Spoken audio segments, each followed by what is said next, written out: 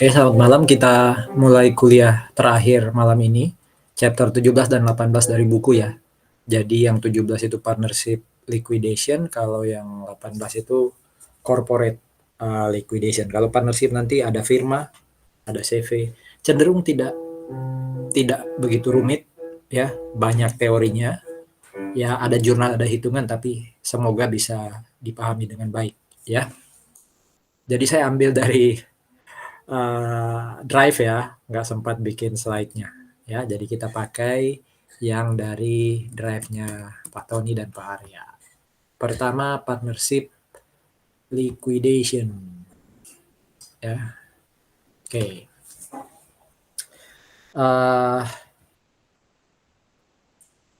Pembubaran partnership. Partnership itu ada banyak bentuknya. Yang populer di kita sih CV. Ada juga firma.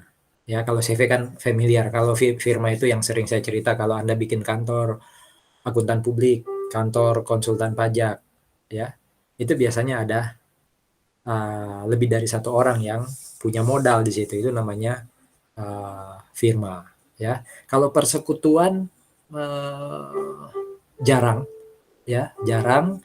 Tapi kalau Anda dari sekolah Petra, ya, PPPK Petra itu P depannya itu saya lupa persekutuan atau perkumpulan ya, intinya ya yang namanya partnership itu pasti pemiliknya lebih dari satu orang. Nah, yang sekarang kalau persekutuan yang bubar gimana?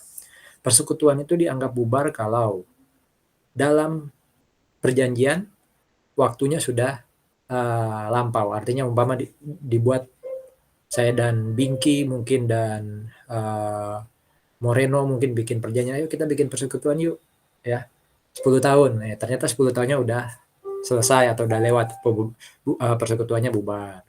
Ada barang yang musnah atau usaha yang menjadi core bisnis itu selesai. Ya, jadi mungkin persekutuan ini dibuat untuk mendidik orang paham pajak umpama. Ternyata semua orang akhirnya udah paham pajak ya. Core bisnis atau tugas pokoknya udah selesai, bubar juga persekutuan. Ada anggota yang mundur atau meninggal dunia, ya, persekutuan juga bubar, ya. Dalam praktiknya di situ dikatakan pengunduran sendiri seorang anggota itu tidak otomatis membuat operasinya berubah. Bisa jadi ada perubahan partner, ya, atau ada partner baru yang masuk. Kalau ini yang firma, ya, ini yang firma. Jadi pembubaran firma itu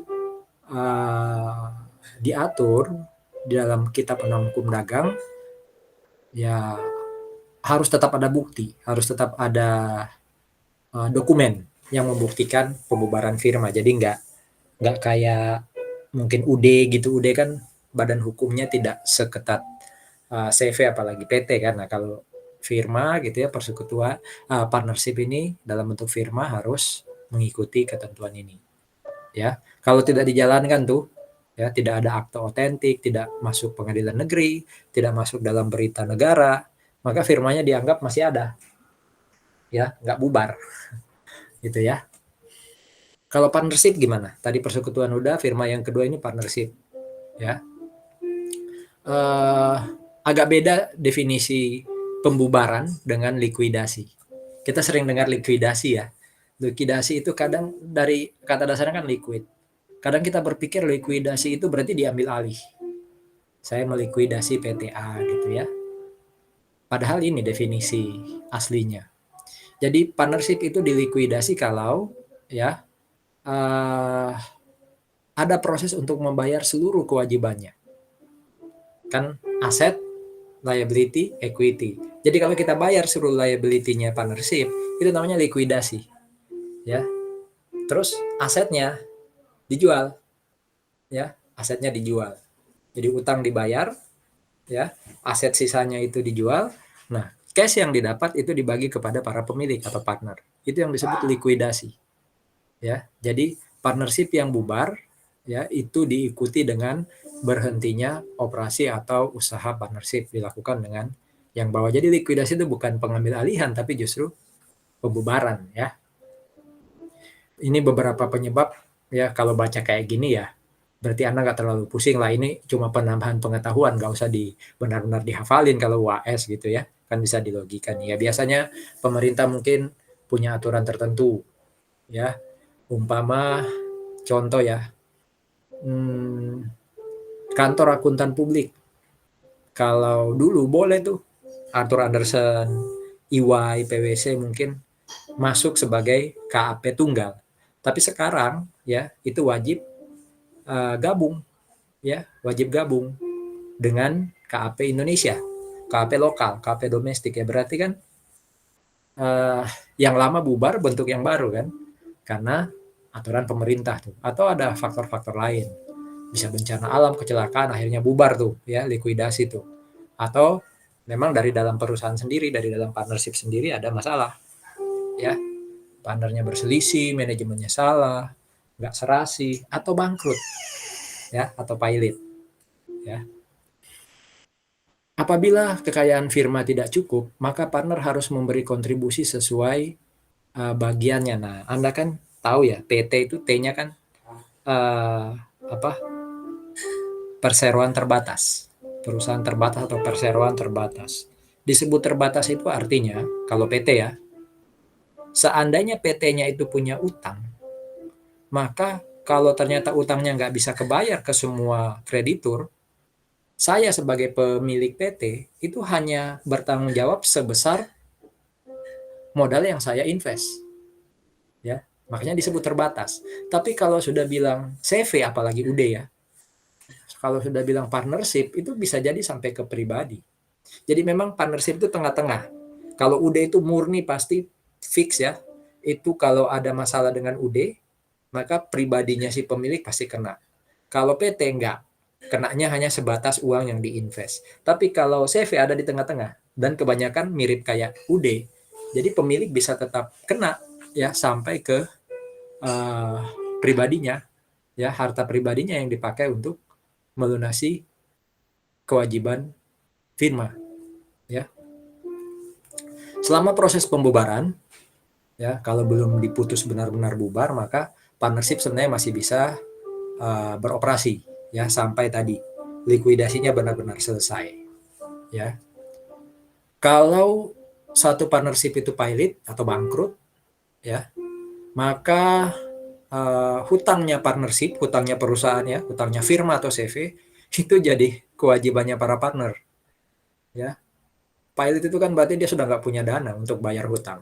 Padahal kan saya punya hutang tuh, saya partnership punya hutang, CV dan firma punya hutang ke kreditur. Yang nanggung partner atau pemilik gitu ya. Jadi nggak ada kata terbatas di sini. Ya. Tahap likuidasi ya, ini yang mungkin perlu dipahami. Ada namanya realisasi. Namanya realisasi berarti bisa dilogika, oh itu aset-aset yang masih non cash ya, itu dikonvert jadi cash, dijualin, diapain, pokoknya jadi cash. Nah, kalau likuidasi tadi yang saya sebut di awal itu sebenarnya lebih ke arah membayar kembali utang atau kewajiban kepada kreditur. Ya. Kalau masih ada sisa, bayar kepada para partner, ya. Bayar kepada para pemilik. Oke. Di dalam realisasi selain tadi aset-aset tetap ya, aset-aset investasi itu dirubah menjadi cash ya, juga ada proses yang namanya mengakui gain or loss. Ya, selama proses likuidasi mungkin ada gain or loss. Aset mesin nilai bukunya 80, dijual cuma 75, ada loss 5, itu diakui. Aset mesin book value-nya 80, dijual 90, oh ada gain 10, diakui. Ya, masuk di income statement. Termasuk kalau ada biaya yang keluar untuk proses likuidasi, ya. Ini menegaskan lagi apa itu likuidasi, jadi menyelesaikan seluruh kewajiban yang dimiliki oleh partnership kepada kreditur. Lalu mendistribusikan cash kepada para pemilik, kepada para partner, based on saldo akhir modal masing-masing partner. Ya, jadi bukan pembagian laba rugi loh ya, yang seperti tadi pagi saya tegaskan, tapi lebih ke arah proporsi modal masing-masing partner di posisi akhir ketika likuidasi, bukan di posisi awal tahun. Nah, prioritas bagi cash-nya adalah bayar dulu utang ke kreditur yang bukan partner. Karena bisa aja partner minjamin duit ke partnership ya. Bukan nanam duit, bukan nanam saham, tapi minjamin duit bisa aja. Ya. Tapi yang didahulukan untuk dibayar itu adalah utang ya kepada kreditur eksternal. Oke. Kalau cash masih ada, utang kepada kreditur eksternal udah selesai, bayarlah utang kepada partner. Bukan modal ya yang ditanam partner, bukan, tapi utang yang dipinjamkan kepada partner. Baru kalau masih ada sisa, nah itu tadi ya, bagilah kepada para partner berdasarkan proporsi saldo modal akhir mereka. Itu likuidasi. Nah, ini asumsinya bisnisnya itu masih solvency itu kan masih punya kemampuan untuk melunasi kewajiban di masa yang akan datang ya. Kalau liquidity itu kemampuan untuk melunasi kewajiban dalam jangka pendek, solvency lebih ke arah jangka panjang. Asumsinya perusahaannya solvent ya, mampu membayar utangnya tepat waktu. Partner punya saldo equity, jadi bukan negatif. Bisa ya Pak? Bisa aja. Kalau partner invest 100 tapi kebanyakan prive, ya kan? Negatif nanti equity-nya. Tidak ada pinjaman yang diberikan kepada partner. Tidak ada juga pinjaman yang diberikan partner kepada partnership. Jadi bisa aja partnership minjamin duit ke partner. Bukan prive, tapi minjamin duit kayak biasa. Itu berarti piutang. Atau bisa aja kalau partner minjamin duit ke partnership itu berarti utang. Tapi kalau partnership minjamin duit ke partner itu piutang. Nah, itu namanya partner loans. Asumsinya nggak ada nih untuk kasus yang pertama ini ya. Nggak ada asumsinya. Lalu aset dikonversi jadi cash sebelum cash-nya didistribusikan ke partner ya. Dari mana dapat duitnya? Kalau tidak dijual dulu ya. Intinya nomor 4 ini ya, nggak perlu ngutang dulu untuk membagi cash kepada partner. Jadi partner biarkan menunggu dulu. Ya, sabar ya sampai aset benar-benar terjual, cash-nya nanti dibayar ke partner. Ya. Oke, bagian kedua. Simple liquidation. Seluruh aset dikonversi menjadi cash. Kalau ada gain dan loss, ya, maka gain dan loss tadi dibagi kepada partner. Pakai proporsi pembagian gain or loss, bukan saldo modal, ya, bukan capital ratio. Kalau ada allowance, abaikan. Masih ingat allowance ya? Mungkin partner A dibayar gaji, itu kan apa? Salary allowance. Mungkin ada bonus allowance. Mungkin ada interest allowance, itu nggak usah dipikirin ketika sudah mau likuidasi. Ya, jadi pembagian keuntungan mempertimbangkan allowance itu kalau normal, tapi kalau mau likuidasi, allowance-nya nggak perlu direken, ya, nggak usah direken. Kas yang ada digunakan untuk membayar kewajiban, ya, dan kemudian sisanya dibagi ke partner. Contoh, H dan K. Ini kondisi balance sheet-nya partnership H dan K per 31 Desember 2011. Ya. Satu hari berikutnya H dan K sepakat likuidasi partnership-nya. Ya. Pembagian keuntungannya adalah 70H, 30K. Tanggal 5 Januari, inventory yang berapa nih? 30 ya. Inventorinya yang 30 terjual 25. Plan asetnya yang 40 terjual 30. Piutangnya yang 30 tertagih 22. Ya. Jadi dapat duit 25, 30 dan 22. Oke. Berarti dalam kasus tadi ketika inventory terjual 25 ya, inventory terjual 25, kita dapat cash kan 25. Oke, itu logikanya masuk lah ya. Nah, tapi inventory yang dikredit itu bukan 25 dong ya, sesuai dengan nilai buku yang ada di balance sheet. Berarti itu di kredit. Ya, inventorinya hilang, dapat cash. Ternyata cash yang didapat lebih kecil dari cost-nya inventory. Nah, berarti 5.000-nya ditanggung oleh klien. Siapa? partner. Gimana cara baginya ya sesuai soal tuh 70 banding 30. 70% kali 5.000 3.500. 30% kali 5.000 1.500. Gitu ya. Ini waktu jual inventory. Bagaimana dengan plan aset? Plan aset itu 40 terjual 30. Sama 10 ribunya dibagi. Mengurangi modal para partner. Ya 70% 30%. Piutang 30. Hanya dapat duit 22. Berarti sisa 8. 8 kali 70% 56. Ya 5.600 sama 2.400. Ya, itu untuk piutang. Ya, pelunasan piutang. Sehingga modalnya H itu sudah berkurang 3,5, 7.000 dan 5.600. Berarti 10,5 tambah 5.600. 15.500, 16.100. Modal H yang awalnya 25 berkurang 16.100. Ya.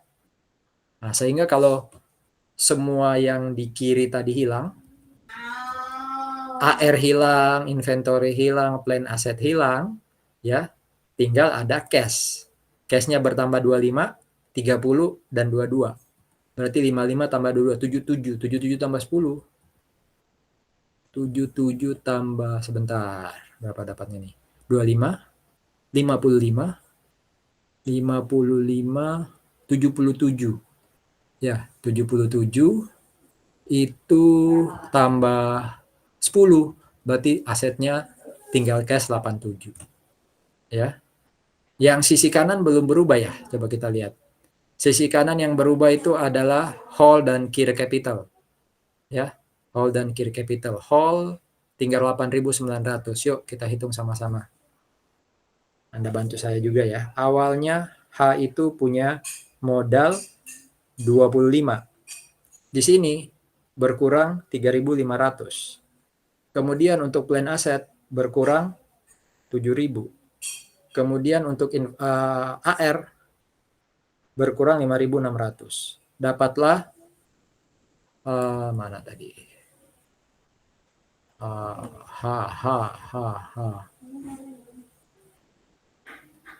Oke. Sebentar. Loan from whole capital 15. Ini kenapa tinggal 8.900? 10.000. Apa yang membuat tidak sama nilainya? Saya ulang ya. 3.500 ditambah 7.000 ditambah 5.600 itu totalnya 16.100. Ya. Padahal modal awalnya H 25.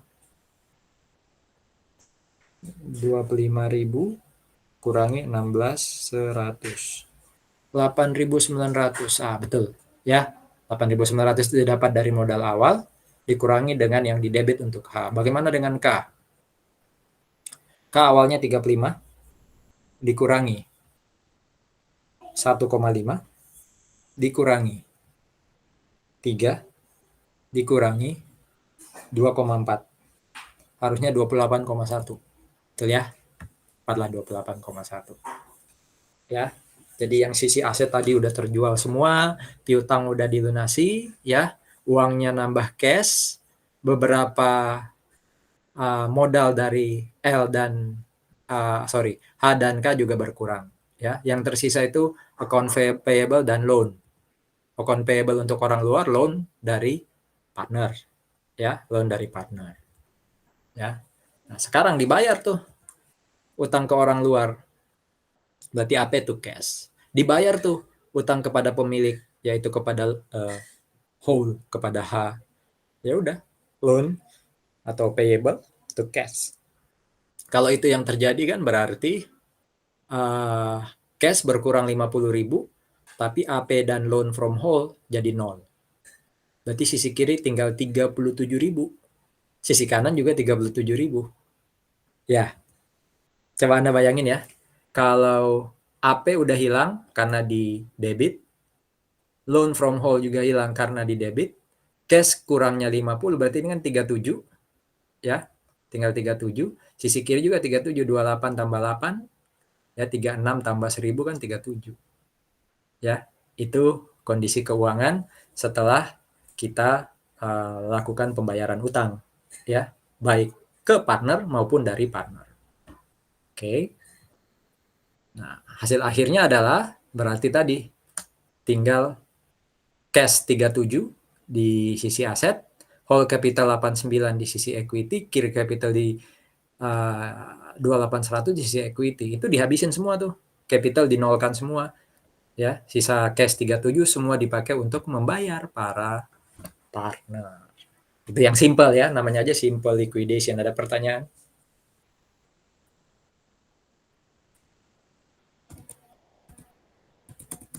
Ada yang ingin didiskusikan? Ada banyak orang nih ya. Yuk kita lanjut. Nah ini tadi urut-urutannya ya. Saldo awal cash 10. Ya, lalu ada penjualan inventory tadi 25. Dapat cash ya. Dapat cash dari plan aset 30. Dapat cash dari pelunasan piutang 22. Ya, jadi totalnya 87. Ya. Terus dipakai bayar apa? Utang 40 dan 10 dan bayar modal 37. Ya, 40, 10, sisanya 37 dipakai bayar modal. Ya, sehingga ini harusnya di bawah kelihatan 0 nih, ya kan? Ini 0. Semua 0 lah, semua strip. Ya, termasuk nanti harusnya saldonya H dan K, ya. Yang ini 70 dan 30%, bawahnya 0 semua tuh. Ya. Home loans juga 0, liabilities tadi ya semua sudah 0. Jadi ketika simple liquidation dengan asumsi-asumsi ini, mana tadi asumsi-asumsinya?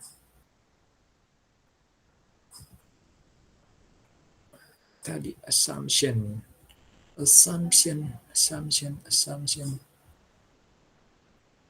Nah ini dengan assumption ini semua 0 ya. Nanti kalau umpama bisnisnya nggak solvent itu bisa jadi beda. Partnernya negatif, equity-nya bisa jadi beda. Ya. Partner loans masih ada sisa. Tadi kan sudah 0 ya. Partner loans ada tapi akhirnya 0. Ya kan? Aset tidak cukup umpama. Ya, kalau ini kan cukup. Jadi dikonversi dulu lalu dipakai untuk bayar. Kalau masih asumsinya kayak gini ya simple. Dan hasil simpelnya ya ujung-ujungnya seperti kertas kerja ini. Ya, ada pertanyaan sekali lagi? Nah, ini formnya solvent. Ya, partnershipnya solvent. Maksudnya punya duit tapi ada capital yang debit. Jadi kalau ada pemegang, ada partnernya 3, salah satu itu negatif. Kan capital harusnya dikredit ya, ini ada yang negatif. Ya. Partnership solvent itu berarti masih punya cash. Masih punya aset lain selain cash untuk melunasin seluruh hutang. Nah, bisa jadi kan ada asumsi yang tadi saya bilang dilanggar. Mungkin asumsi yang berikutnya ya, asumsi yang berikutnya bisa jadi bisnisnya nggak solvent. Ya. Kalau yang setelah ini kan bisnisnya tetap solvent tapi partnernya negatif equity. Yuk kita lihat.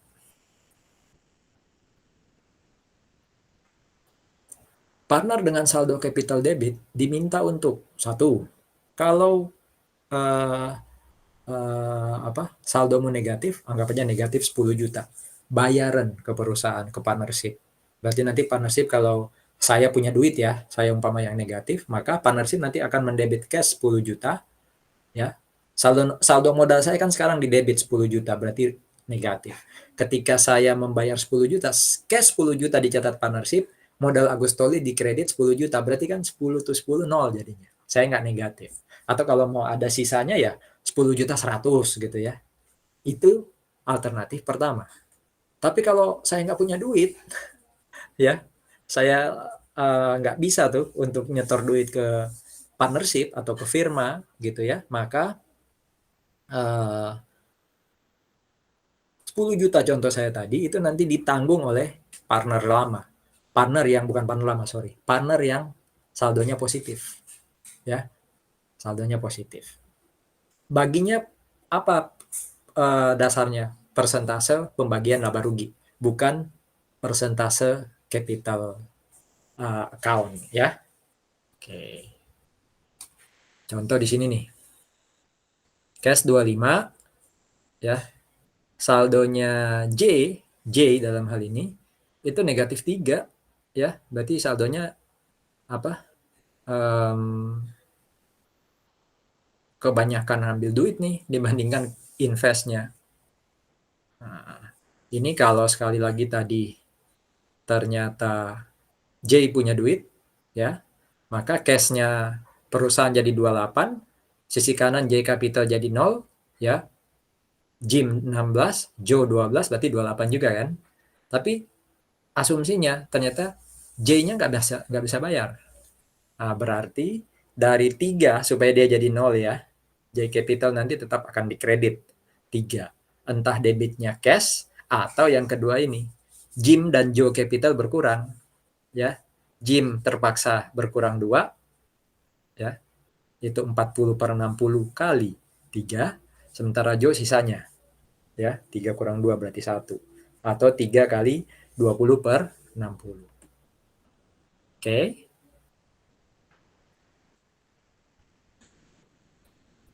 Ada lagi namanya ini nih. Ini selesai ya? Ada pertanyaan nggak untuk kasus ini? Ada lagi terminologi atau istilah right of offset. Di sini ya tidak ada loans from partner, baik piutang maupun utang. Seandainya ada, maka harus di offset. Ya, harus di offset. Umpama J punya modal 10, tapi pinjam duit juga 5. Berarti sebenarnya capital dia hanya 5, 10 kurang 5. Atau punya modal 10 di sisi kredit, dia minjam ke partnership 2. Nah, berarti sebenarnya modal dia kalau di offset cuma 8. Ya. Atau kalau dia punya modal 10, juga ngasih duit ke perusahaan untuk pinjaman, anggap aja 3. Berarti sebenarnya modalnya bukan 10, tapi 10 tambah 3, yaitu 13. Itu yang disebut offset. Ya, jumlah yang dipinjam dari partner akan di offset terhadap saldo capital debitnya. Ya. Jadi kalau J di sini 8 negatif, padahal dia minjemin duit ke perusahaan 5, berarti sebenarnya uh, apa? J itu capital negatifnya cuma 3, ya. Cuma 3. Seandainya tadi J punya duit, ya sudah J lunasin 3. Tapi kalau nggak punya duit tadi dialokasikan ke Jim 2 dan ke Joe 1, ya. Kalau apa? Kalau seandainya rule of right of offset rule ini tidak dipakai, ini poin ketiga ya. Kalau right of offset rule tidak dipakai, ya, berarti tetap kayak gini kondisinya. Berarti nanti J tetap dibayar 5 oleh partnership, ya, berarti loan from J di debit 5, cash di kredit 5, berarti cashnya tinggal berapa? Tinggal 20, ya. Sisi kanan juga karena loan from J hilang 5, tinggal 25, ya. Itu yang poin ketiga, ya. Itu kalau right of offsetnya nggak digunakan, nggak diterapkan. Kalau diterapkan tapi J-nya masih punya duit, berarti dia lunasin sisanya yang 3. Kalau diterapkan tapi J nggak punya duit, berarti Jim nanggung 2, Joe nanggung 1. Right of offset rule, ada pertanyaan? Safe payment, ya, safe payment to partners. Ini konsep yang lain lagi terkait likuidasi. Safe payment, ya, itu digunakan ketika likuidasi itu lama, ya, mengkonversi aset. Apalagi kalau jual tanah gitu ya, bangunan itu kan agak lama jualnya, untung-untungan untuk bisa dapat cepat gitu.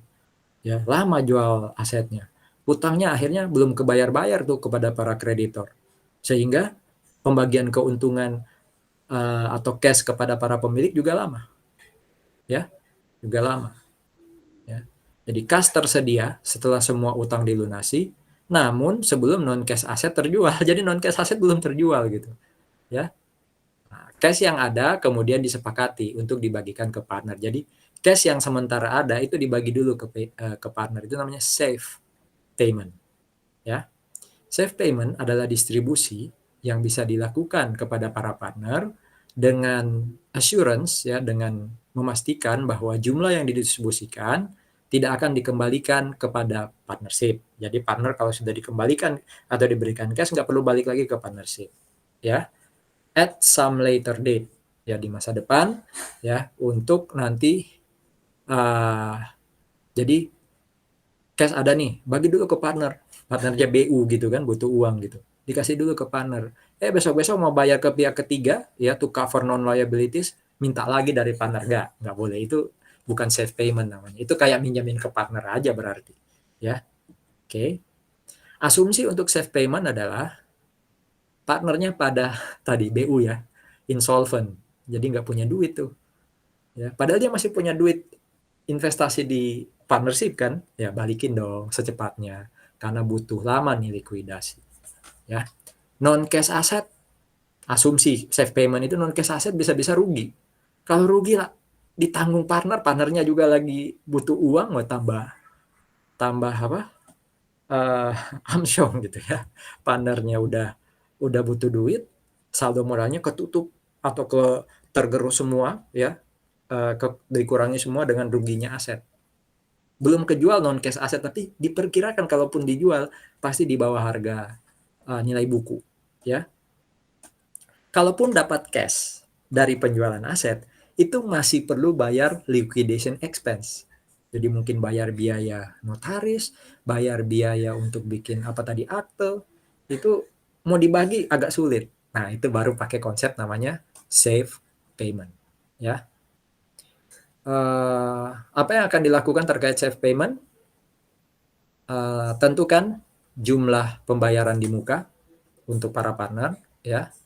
Harus dipersiapkan untuk setiap cash yang dibagikan, kecuali capital balance-nya sejalan atau sama dengan profit and loss ratio. Jadi kalau sama pembagian laba rugi dengan saldo capital balance, ya cash-nya bisa dibagi sesuai dengan proporsi tadi. Tapi kalau beda, ya ayo dihitung ulang gimana caranya bagi cash-nya, ya. Capital balance tidak boleh berubah untuk menerapkan safe payment karena bingung kan nanti, ya. 70-30 pembagian profit loss 70-30, tiba-tiba saya masukin capital, ya, atau saya tarik capital saya, ya kan. Untuk safe payment nggak bisa tuh karena berubah lagi nanti, ya, persiapannya tadi kacau, ya. Affect the statement of partnership liquidation, ya, jangan sampai safe payment ini mempengaruhi laporan likuidasi partnership, ya. Dan juga safe payment ini tidak untuk membantu suatu project, ya, terkait dengan distribusi, waktu distribusi, ya, teorinya seperti itu. Untuk safe payment yang aman, ya, maka hitung dahulu capital adjust untuk outstanding loans. Itu yang tadi pakai apa namanya,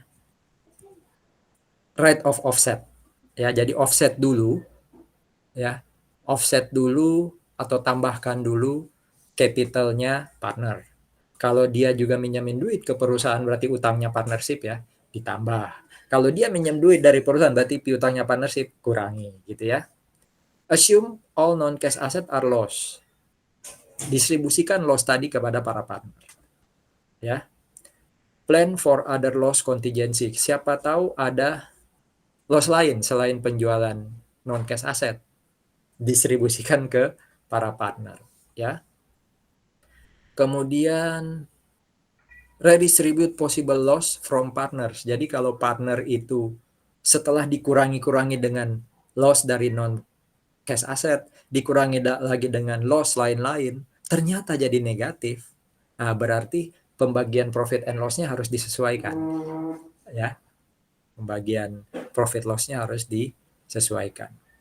Itu urut-urutannya safe payment. Itu konsep likuidasi salah satu, ya, yang namanya safe payment, ya.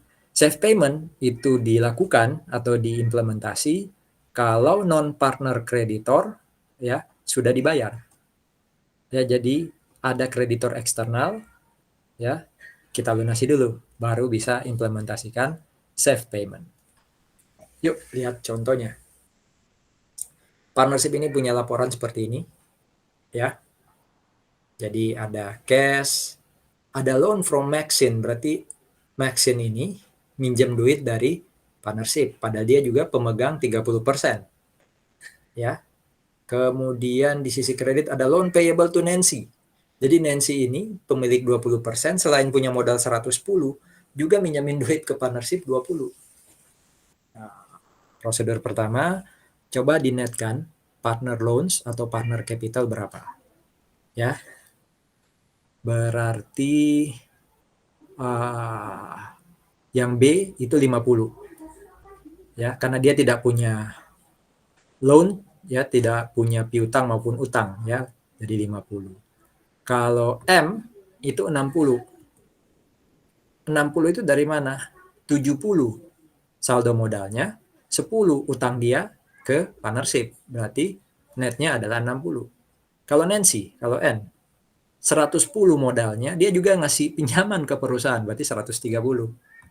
Itu ya. Itu berarti adjust, ya, partner loans atau capital. Yang kedua, assume non-cash asset are loss. Ya, non-cash asset itu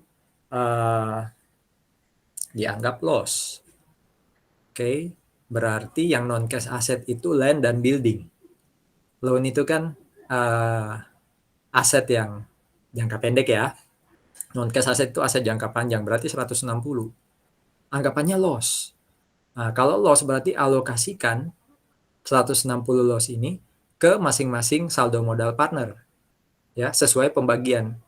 Jadi 50% dari 160, ya, 20% dari 160, 30% dari 160, ya. Tuh, ada lagi loss selain non cash asset, itu asumsikan 10, ya. Asumsikan 10, bagi lagi, ya, 5 3 2. Setelah itu kurangi, ya. B 50 kurang 80 dan 5 negatif 35. M masih positif 9, N masih positif 96. Nah, berarti ada yang rugi nih, ya. Ada yang rugi. Nah, karena ada yang rugi, maka kita perlu adjust lagi pembagian profit and loss-nya. Dengan cara apa? Yang rugi ini dinolkan. Jadi 35 itu diambil dari partner yang lama. Ya, diambil dari partner yang lama. Oke. 35 itu diambil dari M dan N. Sesuai pembagian atau rasio yang baru. Ya. Berarti 35 dibagi 5 kali 3 untuk M. 35 bagi 5 kan 7. 7 kali 3 21. Dari mana 3 bagi 5? Ini kan 3 untuk M berarti 3/5. 2 untuk N berarti 2/5. Ya.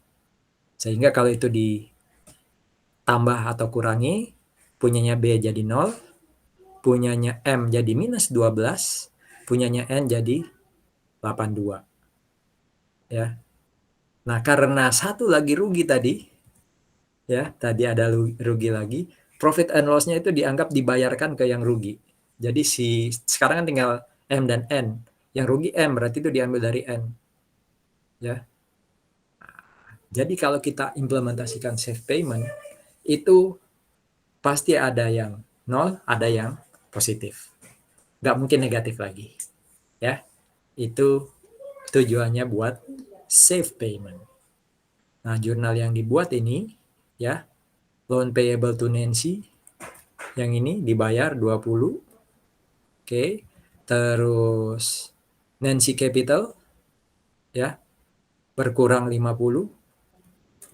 Ya, Nancy Capital berkurang 50 lalu bayar cash 70. Ya, untuk Nancy. Oke, jadi 70-nya Nancy itu saldo modal akhirnya itu dibayarkan, keluar cash 70. Ya, terdiri atas bayar loan 20 dan sisanya dari modalnya Nancy. Ya. Karena kan B sama M sudah nggak punya saldo, mau dikasih apa? Yang ada tinggal Nancy-nya yang harus dibayarkan cash 70. Oke? Itu safe payment. Setelah dibayarkan kepada Nancy, berarti kondisinya adalah 80 kurang 70, cashnya berarti tinggal 10. Ya, loan from Maxine Land tetap ya, 10, 20, dan 140. Tetapkan ya. Terus capitalnya Bus B tetap 50. Loan payable to Nancy udah hilang, berarti Bus 50. M capital 70 ya. M capital di jurnal ini belum diapa-apain ya. Nancy kan yang dapat 70, berarti Nancy sekarang tadinya 110 berkurang 50, berarti Nancy tinggal 60. Inilah kondisi ya setelah dilakukan pembayaran kepada Nancy. Ya, dilakukan pembayaran kepada Nancy. Berarti yang sementara terbantu adalah Nancy. Padahal tadi asumsinya para partner itu kan butuh apa? Butuh duit semua tuh, insolvent. Ulang lagi untuk yang lain gitu. Ya, safe payment terus seperti itu. Ya. Makanya di sini ada contoh soal nih. Ya.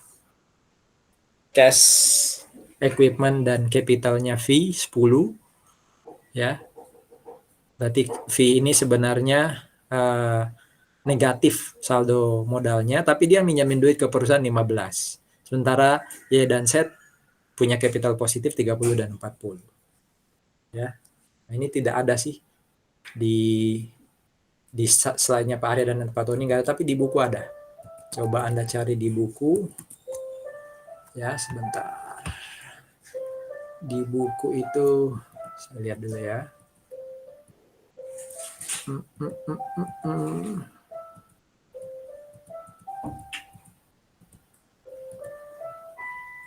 Buku.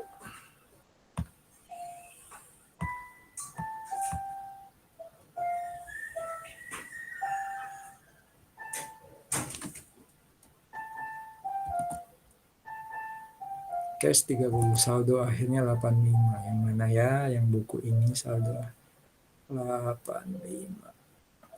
Menjadi application of safe payment.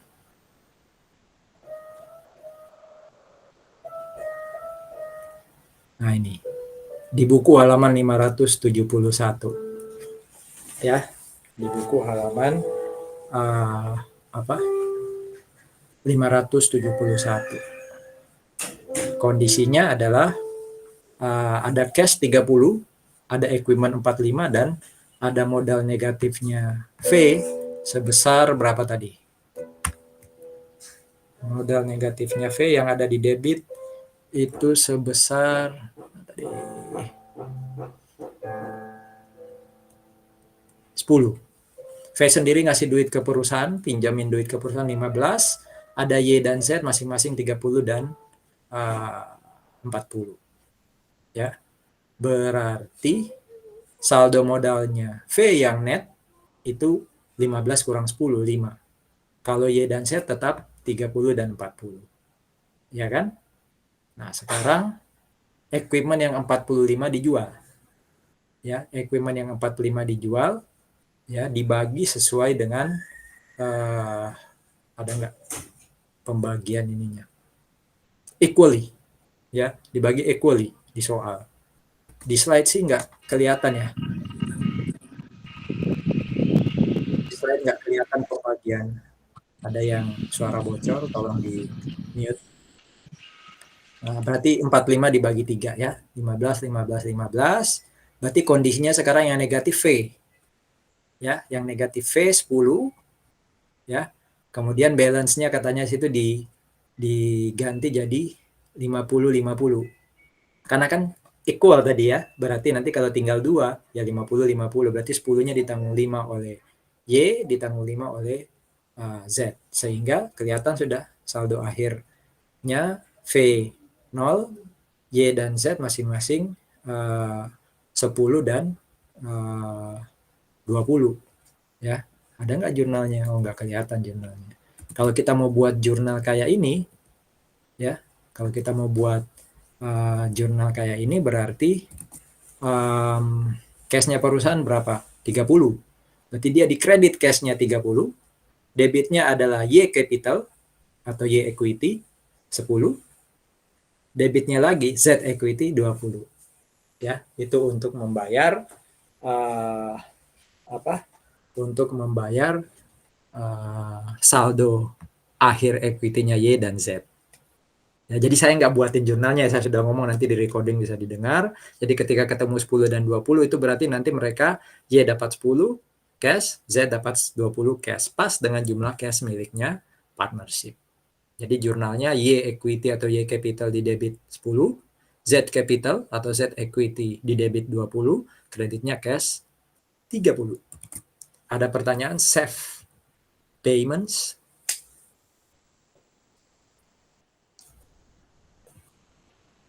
Ada lagi. Ada yang mau nanya? Berapa yang sekarang hadir? Lumayan, setengahnya dari jumlah kelas. Ada lagi installment liquidations. Likuidasi mungkin ya namanya installment dicicil. Ya, dicicil. Kalau safe payment itu dibayar semua di depan. Kalau ini dicicil. Ya, angsuran. Pembayarannya ya tergantung tersedianya cash tanpa menunggu gain or loss di realisasi. Ya. Jadi ada distribution cash to partner. Oke. Orderly liquidation of solvent partnership. Liabilities are paid first. Jadi liabilities kepada pihak eksternal dibayar lebih dahulu. Baru nanti kalau masih ada sisa, partner akan menerima distribusi. Ya. Jadi pakai logika tadi safe payment schedule lagi untuk setiap distribusi. Gimana tadi logika safe payment? Netkan dulu saldo equity-nya, lalu kalau ada penjualan aset, ya itu nanti dialokasi ke setiap partner. Kalau ada partner yang negatif, dia dinolkan, itu dibagi ke partner yang lain. Ya, itu safe payment schedule namanya. Nanti ada laporan yang namanya Statement of Partnership Liquidation. Ya, kita hanya melihat sih, nggak perlu terlalu pusing dengan logikanya ikut urutan tadi ya, ikut urutan mulai penjualan aset, pelunasan piutang, pelunasan utang, baru kemudian pembayarannya. Namanya statement berarti melaporkan jurnal-jurnal yang tadi. Ya, apa yang ditunjukkan itu tadi? Sale of non-cash asset, distribusi laba rugi, pembayaran kepada kreditor, pembayaran kepada partner, gitu ya. Termasuk di dalamnya harus membuat safe payment schedule. Ini safe payment schedule namanya, ya. Yang tadi punyanya B, M, dan N. Apalagi ya, sebelum distribusi ke partner maka safe payment schedule dibuat dulu. Nanti ada statement of partnership liquidation. Baru setelah itu bikin lagi safe payment schedule yang baru. Jadi ini safe payment schedule ya.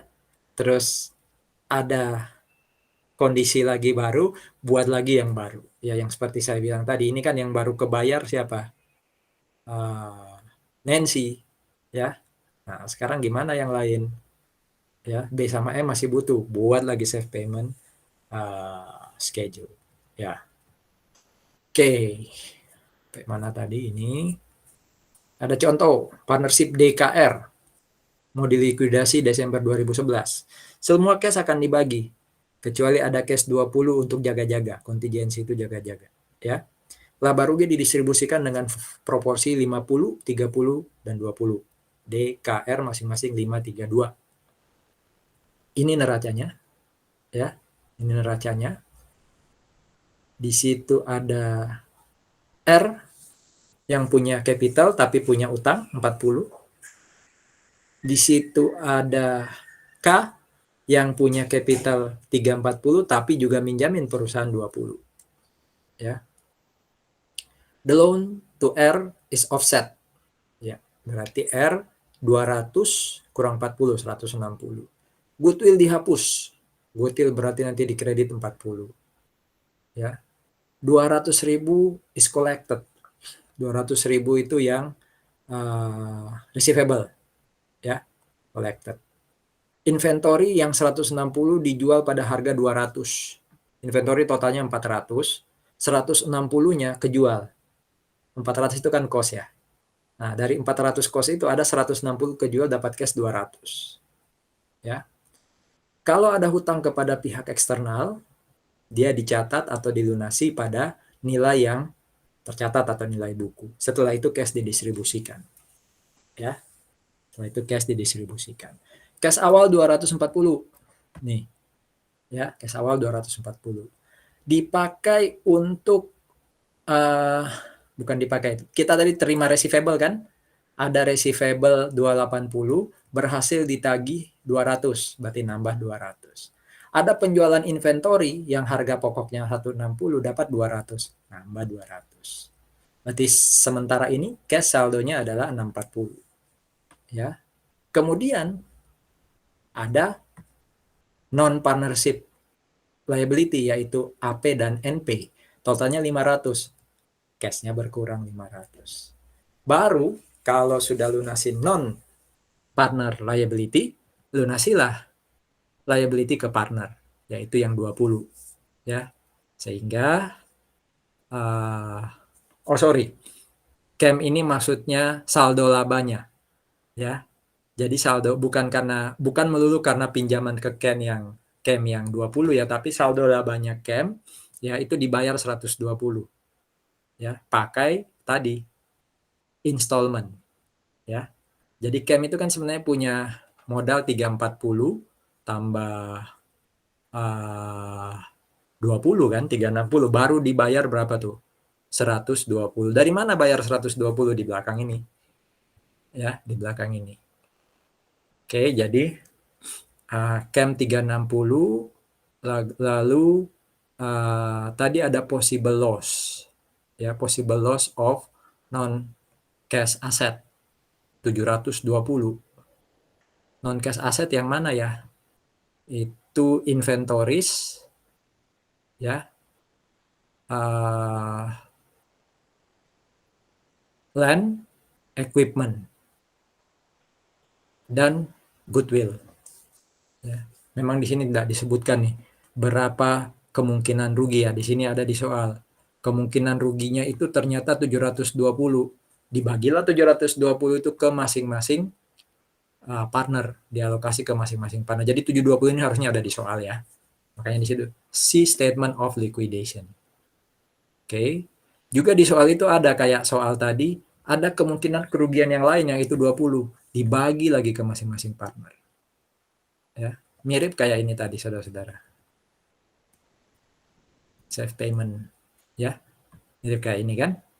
Jadi ini rugi yang pertama karena aset, ini rugi kedua 10 yang selain aset. Ya, sama. Oke, itu yang namanya safe payment schedule. Oke. Itu schedule of safe payment.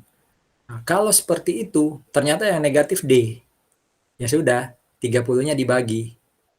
Ya. Yang negatif D, 30-nya dibagi. Kalau awalnya itu 532, padahal D-nya sudah 0, berarti kan sekarang pembagiannya adalah 6/4. Ya. Paham ya? Kan tadi 532. Sekarang yang 50% udah 0. Berarti tinggal ada 3 dan 2, 30% dan 20%.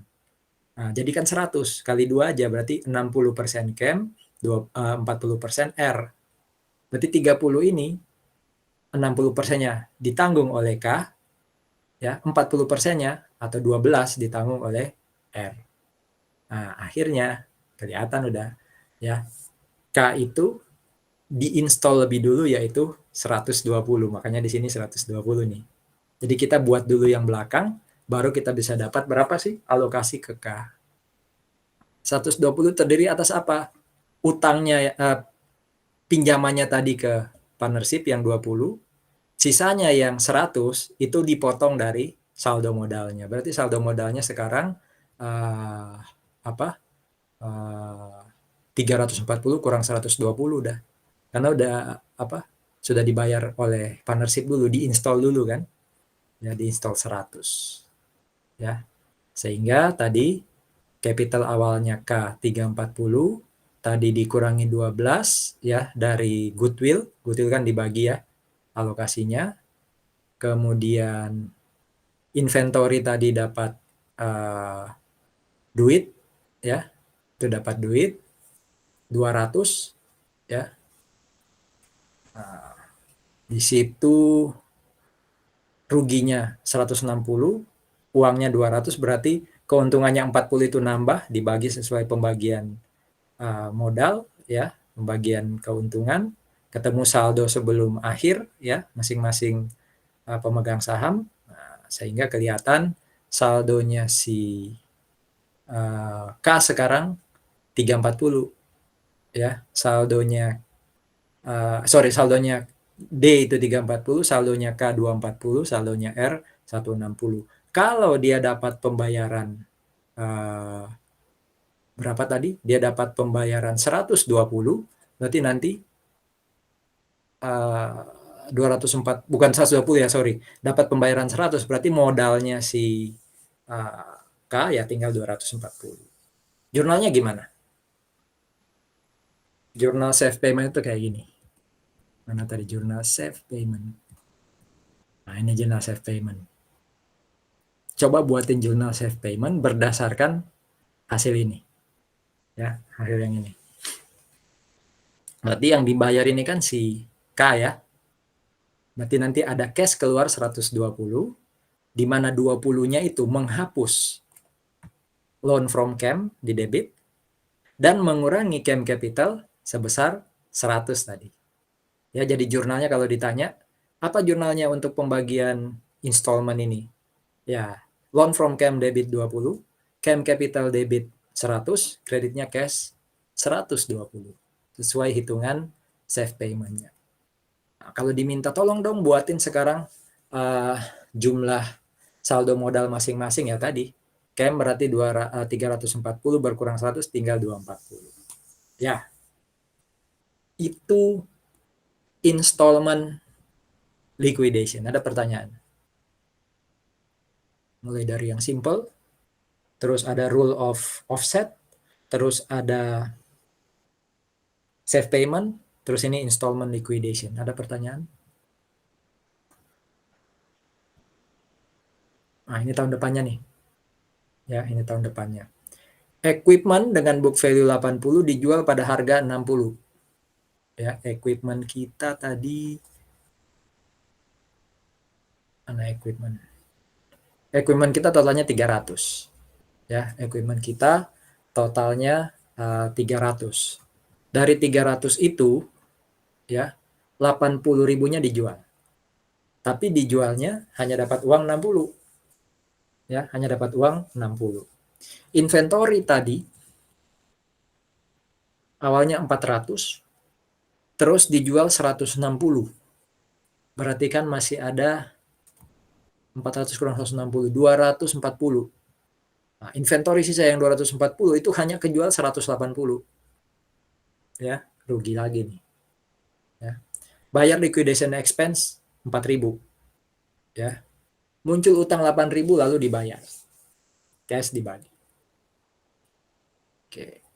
Ini karena tahun berikutnya saldo awal masing-masing yang atas itu Anda ambil dari saldo akhir ini. Ya. Saldo akhir apa? Saldo ini 1 Februari 2012 ya. Kalau ini 1 Januari sampai 1 Maret. Oh, di sini batasnya saudara-saudara. Nih. Jadi 20, 720 ya. Itu didapat dari depan sebenarnya. Yang ini. Ini kan saldo 1 Februari kan, 27, 20, 0, 3, 40, itu ada di tengah tuh. 27, 20, 3, 40, ya, itu ada di tengah. Nah, transaksi ini yang bulan Februari, itu setelah Februari berarti. Equipment dijual pada harga 60, berarti cash nambah 60. Ya. Terus non cash asset dari 720, ya, dari 720 itu berkurang 80 ya, jadi total 720 itu berkurang 80 karena yang dijual cost-nya 80 atau book value-nya 80. Nah, ini kan rugi 20 nih. Nah, rugi 20 itu ditanggung oleh masing-masing partner. 50%-nya D, 30%-nya 6 ini kan 30% dari 20 ya. Ke K, lalu R-nya 20%. Ya. Sale of inventory. Inventory itu terjual 180, berarti dapat cash 180. Tapi cost-nya 240. Dari mana 240?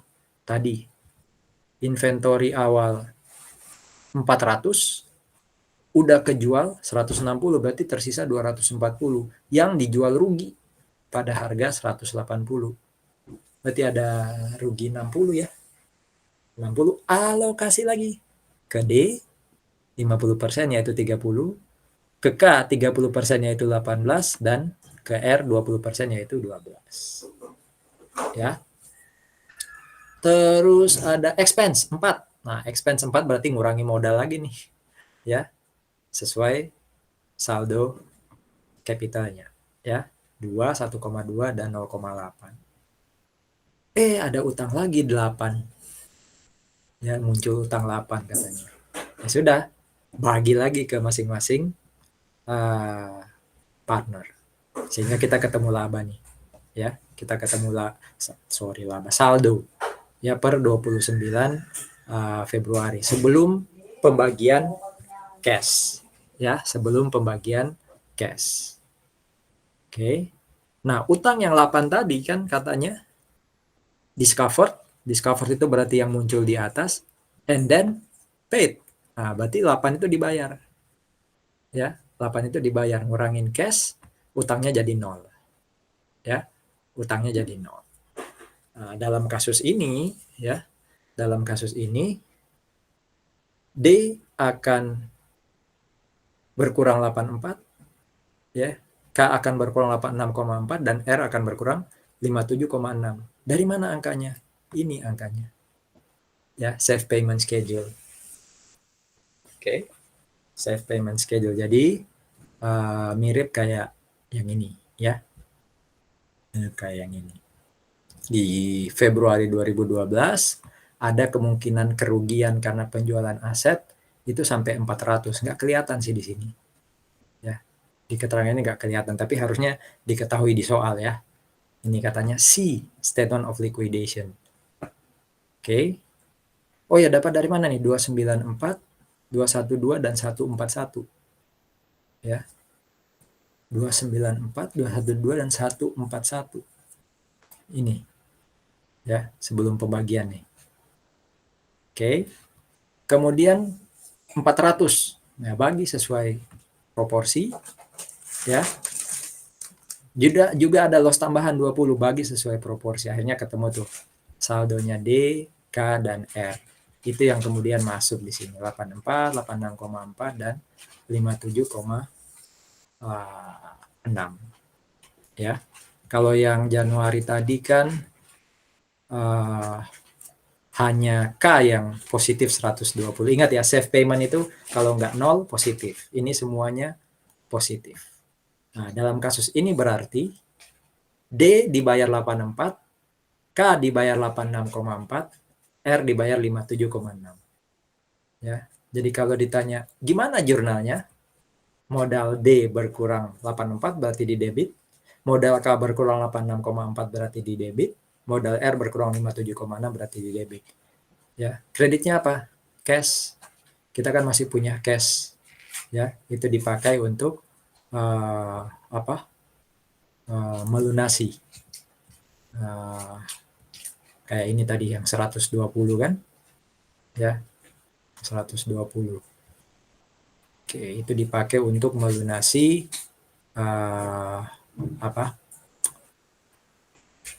saldo modalnya para partner. Ya, jadi cashnya nanti dikredit 228.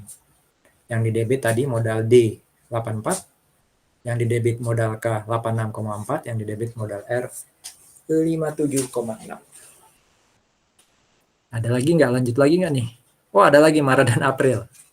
Ya, land dijual 150.000. Kita mau punya land berapa sih tadi harganya? Land 100. Wah, berarti ada untung 50.000. ya di bulan Maret dan April. Ya, ada liquidation expense 5.000. Ya, ada liquidation expense 5.000. Berarti wah ini panjang banget. Cari yang Maret dan April. Cari yang Maret dan April. Berarti yang 1 Maret ini 20.400 210 itu kan sama dengan yang ini. Akhir Maret, awal Maret ini pindahkan ke sini sebagai 1 Maret. Ada di tengah berarti dia nih. Kemudian tadi katanya jual tanah 150, berarti cash nambah 150. Berkurang tapi tanahnya 100. Ya, berkurang tanah 100. Berarti ada untung 50, bagi ke masing-masing partner. Ya, dapat 25, 15 dan 10. Ada expense 5, bagi ke masing-masing partner. Ya, sehingga ketemu saldo sebelum distribusi seperti yang ada di balance per 31 Maret, redistribution. Ya. Nah, kemudian dibagi, ada 145 dibagi. Ya, di sini nggak dilihatin ya. Ada 145 yang dibagi ke masing-masing partner. Ya. Yang satu dapat 72,5 karena 50%, ada 30%, ada 20%. Ya. Sehingga ada saldo 1 April. Equipment dijual 150. Ya, equipment itu dijual 150. Oke, padahal equipment tadi nilai bukunya berapa? Equipment nilai bukunya 300. Ya, equipment nilai bukunya 300. Di sini tadi equipmentnya ya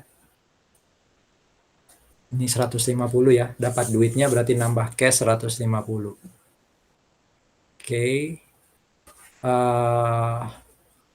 Non cash aset 220. Sebentar, ada penjualan equipment nggak tadi sebelumnya?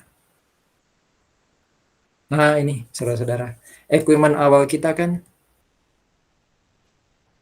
300. Udah sempat dijual di bulan Februari 80. Berarti cost-nya tinggal 220. Nah, ternyata 220 itu dijual pada harga 150. Berarti rugi ya.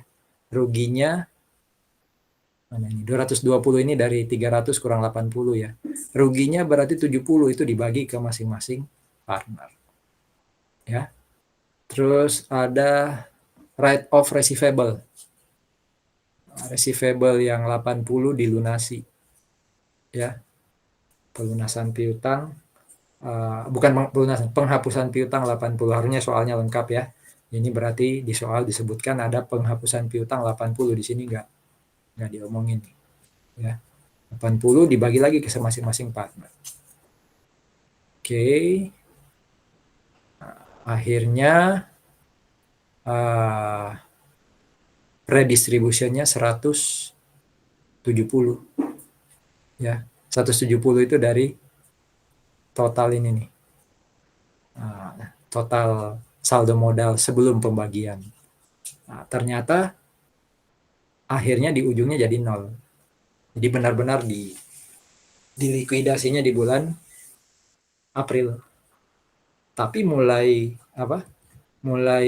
awal sejak Januari itu sudah mulai dilakukan apa yang namanya tadi installment liquidation.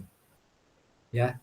Jadi dia akan likuidasi April tapi cicil pelan-pelan kepada para partner mulai dari Januari, Februari, Maret dan April benar-benar tutup sehingga saldo akhir para partner kalau Anda lihat di sini tinggal 0. Oke. Installment liquidation secara komprehensif selesai. Ada pertanyaan? Ada lagi cash distribution plans. Ini jam berapa?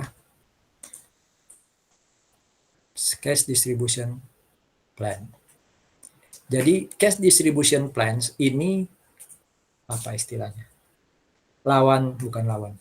Mitigasi ya, solusi atas safe payment. Safe payment itu dianggap terbatas, tidak efisien, ya, kalau likuidasi terlalu sering. Karena setiap kali ada likuidasi, setiap kali ada distribusi, buat safe payment, ya. Dan safe payment juga itu tidak memberi informasi apakah pasti para partner dapat cash. Kan tergantung hitung-hitungan tadi yang negatif dinolkan gitu ya dan seterusnya. Belum tentu. Ya, belum tentu. Makanya ada yang namanya cash distribution plans. Ya. Nah, caranya adalah ini pilihan juga ya, tergantung soal ya, mau pakai safe payment, mau pakai apa tadi? Installment, atau mau pakai cash distribution plan. Kalau di cash distribution plan berarti urutkan dulu partnernya berdasarkan risiko dia loss, risiko dia rugi. Urutkan mulai dari yang paling mungkin rugi sampai yang ruginya kemungkinannya paling kecil. Ya. Lalu nomor 2, buat penjadwalan, ya, buat rencana untuk mengabsorb rugi tadi. Ya. Jadi asumsikan yang paling berisiko tadi, yang pertama ruginya diabsorb dan seterusnya. Buat rencana pembagian cash, rencana distribusi cash. Ya. Baru kemudian setelah rencana ya lakukan pembagian cash. Untuk menilai seberapa berisiko seorang partner untuk rugi, rumusnya adalah berapa capitalnya partner, berapa equity-nya partner, dibagi dengan loss ratio. Loss ratio itu yang tadi, 50, 30, 20 itu loh. Jadi kalau partner C, loss ratio-nya 20%. Equity-nya berapa ya tergantung soal. Contoh nih, D, K, dan R. D itu 340 capital, K 360, R-nya 160. Pembagian profit loss-nya 50, 30, 20. Pakai aja rumus ini. Ya, sehingga ketemu di situ D itu kemungkinan ruginya 680. Ya. K itu kemungkinan ruginya 1.200. Ya. R itu kemungkinan ruginya 800. Jadi loss absorption potensial ini itu logikanya adalah seperti ini.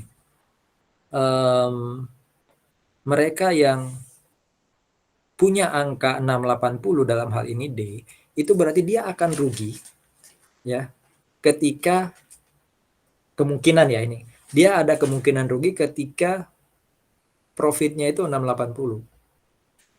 Padahal K akan rugi itu atau mengabsorb rugi itu pada posisi 1.200. Berarti yang paling rentan, yang paling berisiko itu kan D. 680 aja dia sudah pada posisi absorb rugi. Ya. Masuk akal ya. Jadi makanya D itu yang paling berisiko. Ya, sementara K itu masih lebih panjang nafasnya sampai 1.200. Terus kalau sudah dapat ini, apa tadi katanya? Buat schedule untuk mengabsorb loss. Berarti loss pertama lossnya D dong yang diabsorb. Ya. D itu lossnya tadi 680 ya. Diabsorbnya berarti ke R itu berarti 800 kurang 680 dikali 50%. 50% itu dari mana? Tadi. D itu 50, berarti sisanya kan 30 plus 20 kan punyanya R dan K. Ya, punyanya R dan K. Berarti yang berikutnya itu adalah untuk R sebesar 60. Ya.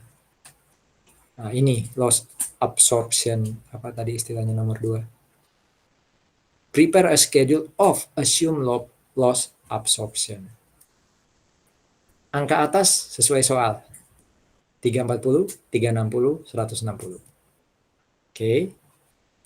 Asumsikan yang pertama kali diabsorb atau diserap loss-nya adalah loss-nya si D. Berapa tadi loss-nya si D? 680. Nah, 680 itu dibagi sesuai dengan pembagian profit loss. Ya. Makanya si D itu langsung jadi 0 dia. Ya kan? Langsung jadi 0. Oke, berarti sekarang posisinya K156, R24. Tadi R itu kalau kita hitung 60. Nah, 60 itu sekarang dibagi ke K dan R. Pembagian mereka kan 3/2 ya. 60 per 40. Berarti K 36. Kalau R minus 24. Akhirnya ya D dan R sudah 0. Sekarang tinggal K. Ya. Ini yang namanya apa tadi konsepnya? Cash distribution plan. Sehingga ketemu loss absorption-nya nanti subtotalnya seperti di bawah. Udah, sekarang bikin rencana untuk membagi cash. Ya. Ini sebenarnya nyambung dengan yang tadi ya, DKR. Coba kita lihat sebentar.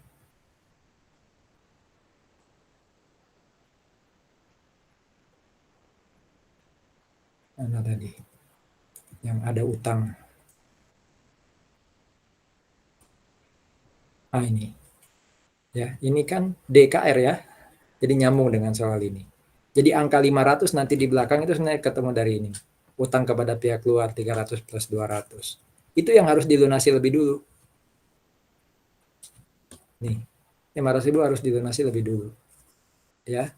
Kemudian pinjaman ke K. Kalau pihak luar sudah, berarti pinjaman ke partner. Berapa tadi? Sorry ya, kita balik jauh. Pinjaman ke partner 20. Ya. Itu yang kemudian dilunasi berikutnya. Ya, dilunasi berikutnya. Oke. Baru kemudian 100.000. Ya, 100.000. Dan baru kemudian 60.000. Ya. Kalau 500 yang tadi kepada pihak luar belum juga dibayar, ya, maka cash distribution itu adalah 550 dan 250. Sehingga cash distribution schedule-nya dibuat seperti ini. Ya. Jadi kalau ternyata 500-nya itu belum dibayar, maka ada 2 kali pembayaran cash. Ya, jadi ini cash distribution schedule-nya.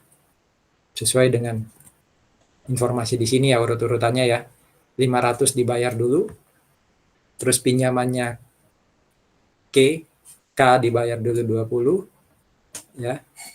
Karena tadi cicilan pertama 550, berarti 30-nya ini untuk bayar punyanya si K.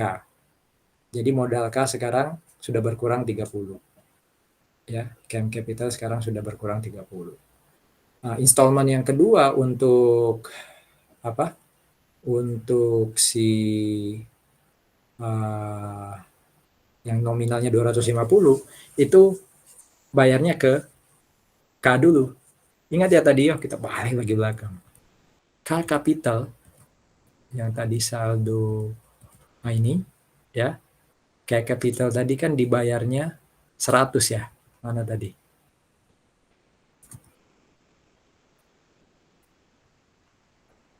Ini dibayarnya 100 kan.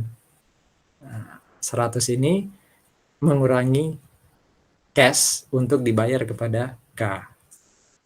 Ya. Nih. 30 di sini, 70 di sini. Ya, jadi total tadi kalau Anda ingat 120 ke K ya, 20 untuk bayar hutang kepada K, 100 untuk melunasi atau membayar modalnya, kapitalnya. 30 di cicilan pertama, 70 di cicilan kedua. Ya. Terus tadi ada 60. Nih, yang 60. Nah, 36 dan 24. Ya, dibayar di sini, 36 dan 24. Oke, terus masih ada sisa 120.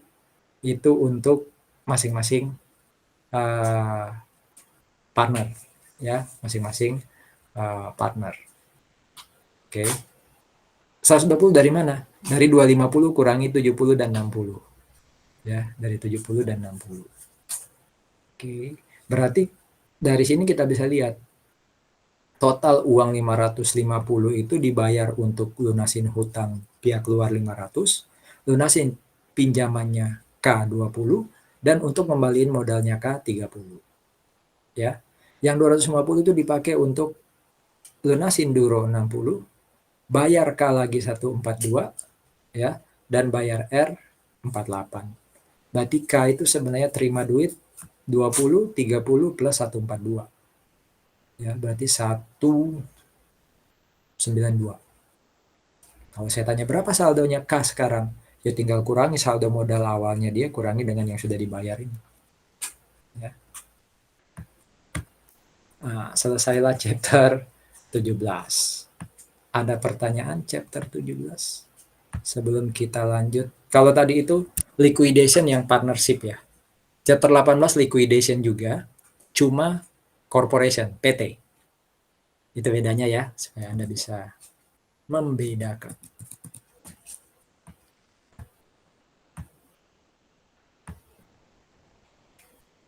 Sekali lagi, judul kita yang chapter ini adalah corporate liquidation. Ada istilah reorganisasi, apa itu? Yuk kita lihat. Kalau ada corporation, ada PT yang mengalami financial distress, itu artinya ada dua kemungkinan. Ya, satu, equity-nya nggak insolvent. Kalau ada hutang, utamanya jangka panjang, dia nggak bisa bayar saat jatuh tempo. Ya. Nah, equity insolvency itu bisa sebenarnya dipulihkan. Kalau ini ibarat sakit yang saya cerita tadi pagi, sakit saya, itu bisa dipulihkan dengan cara satu, perbaiki operasionalmu. Ya, siapa tahu ada cara jual yang salah, ada expense yang terlalu besar. Ya, equity insolvency itu kan berarti equity kita makin mengecil. Ya, makin mengecil, makin rugi lah gampangannya kayak gitu. Financial distress itu salah satu equity investment tadi, makin rugi kita. Operasionalmu perbaiki. Terus negosiasi dengan kreditor utamanya yang jatuh tempo. Ya, bisa nggak diperpanjang, Pak? Kalau ada bunga, bunganya bisa nggak dihitung lagi, Pak? Kasihani saya daripada saya nggak bayar, Pak. Ya, itu caranya. Atau yang kedua yang disebut distress itu bisa karena uh, bankruptcy insolvency. Kapan itu terjadi? Ketika utang kita, kewajiban kita kepada pihak ketiga, ya, itu lebih besar dibandingkan fair value-nya aset. Ya, lebih besar dibandingkan fair value aset. Aset kan sama dengan equity plus liability. Ya, tapi itu kan pakai book value. Nah, ternyata fair value-nya aset lebih kecil dari book value. Berarti total book value-nya utang lebih besar dari fair value-nya aset. Itu berarti bankruptcy insolvency. Bisa nggak dipulihkan? Bisa. Likuidasi. Aset-asetmu yang non-cash dijual, lalu bayaran ya utangmu kepada pihak ketiga atau siapapun. Lalu lakukan reorganisasi.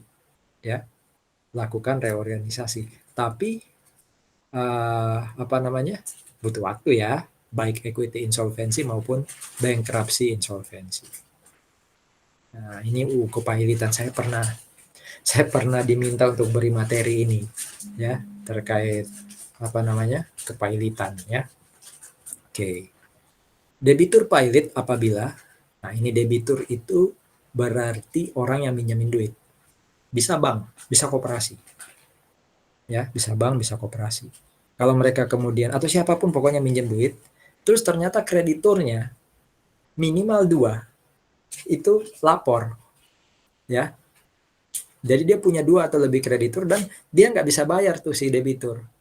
Ya. Paling nggak 1 utang yang sudah jatuh tempo. Anggap aja krediturnya 2 deh. Ada 1 yang dia nggak bisa bayar si debitur ini. Nah, dia bisa pilot. Nah, pilot itu bisa diajukan oleh dia sendiri, bisa oleh kreditur, bisa oleh kejaksaan. Pak, kalau kreditur ajukan pilot, logikanya apa ya? Ya, biar asetnya debitur dijual, dia masih bisa dapat duit. Diri sendiri buat apa, Pak ya? Ya biar nggak kelamaan nanti proses utangnya, ya kan? Ini semua nih yang bisa ngajukan pilotan. Ya. Kapan perusahaan itu dikategorikan pilot atau bangkrut?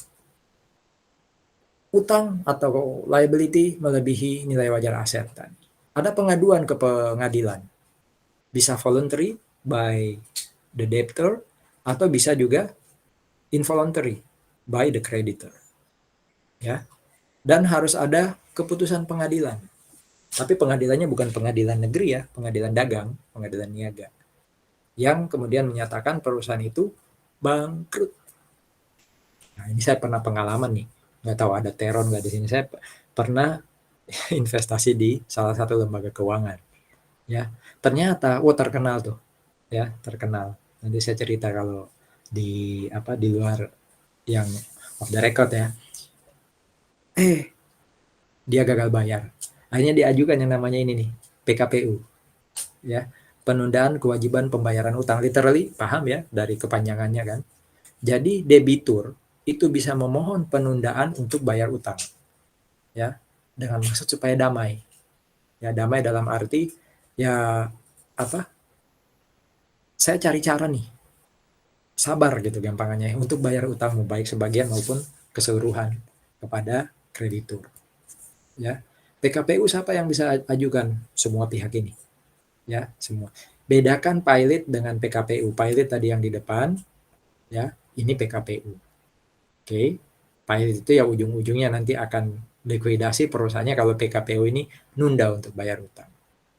Kalau PKPU dikabulkan, ya, debitur nggak bisa ajukan pilot selama PKPU berlangsung. Karena kan bisa dilunasi loh. Nggak bisa minta pengadilan pilotkan perusahaan. Ya, nanti ada hakim pengawas ya untuk bertugas yang mirip seperti hakim pengawas dalam kepailitan. Jadi kepailitan itu membangkrutkan perusahaan, ada hakim pengawas. PKPU juga ada hakim pengawas. Ya, siapa yang ngangkat hakim pengawas ini?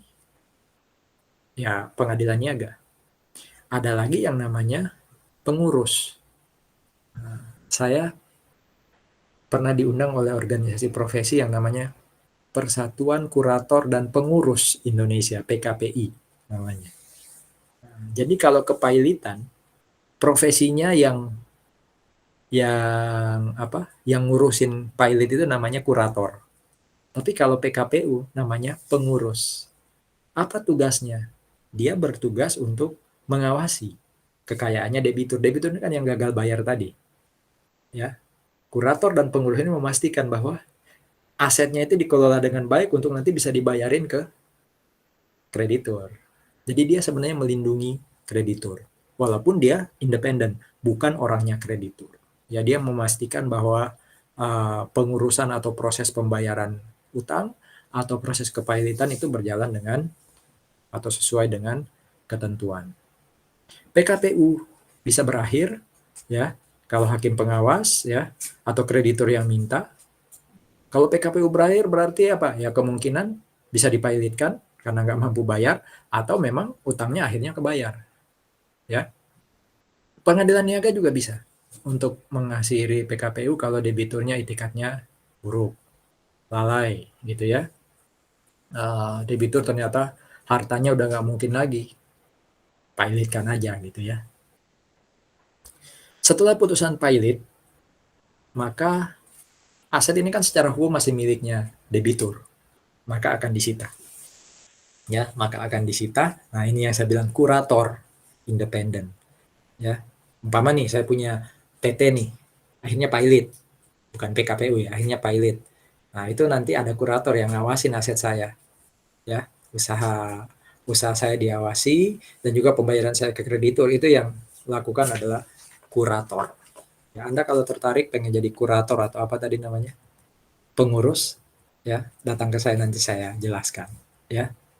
Ini tugasnya kurator, bahasa Inggrisnya trustee, mengambil alih kepemilikan atas asetnya debitur, asetnya jadi dikonversi jadi cash, cashnya dibagi kepada kreditur, ya, dan seterusnya.